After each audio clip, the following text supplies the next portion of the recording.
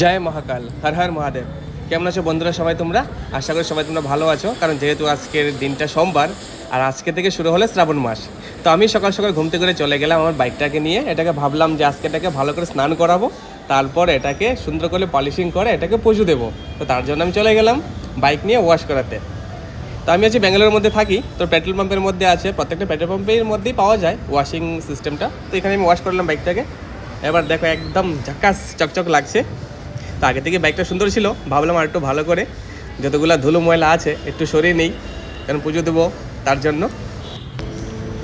তো আমার বাইকটা ওয়াশ হয়ে গেছে, তো এখন আমি যাব মালা কিনতে।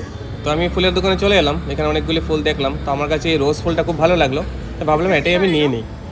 তো ওনাকে বললাম আন্টিকে যে আমাকে এই ফুলটা দিয়ে দাও, তো আন্টি আমাকে দিচ্ছে।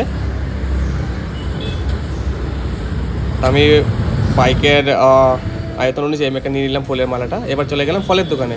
কি ফল কিনবো মাথা কিছু কাজ করছে না, তো ভাবলাম কলা আর আপেলটাই নিয়ে নিই, এটাই নিয়ে চলে এলাম। তো আমার পুজো তো হয়ে গেছে আমার। তো তারপরে আমি বাইকটাকে সুন্দর করে মালা টালা পরিয়ে একদম সুন্দর করে নিয়েছি।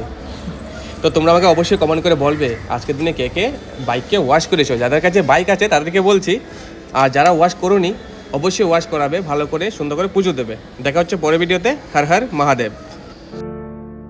तेरे चरणों से लिपट जाते हैं, तेरे चरणों से लिपट जाते हैं, चल तेरे इश्क में पड़ जाते हैं, चल तेरे इश्क में पड़ जाते हैं,